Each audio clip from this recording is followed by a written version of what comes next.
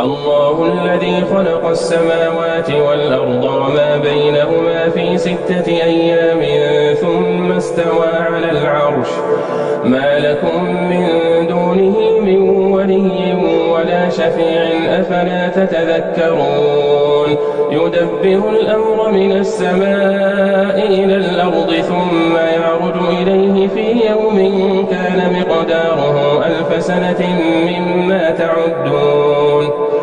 ذلك عالم الغيب والشهادة العزيز الرحيم الذي أحسن كل شيء خلقه وبدأ خلق الإنسان من طين ثم جعل نسله من سلالة من ماء مهين ثم سواه ونفخ فيه من روحه وجعل لكم السمع والأبصار والأفئدة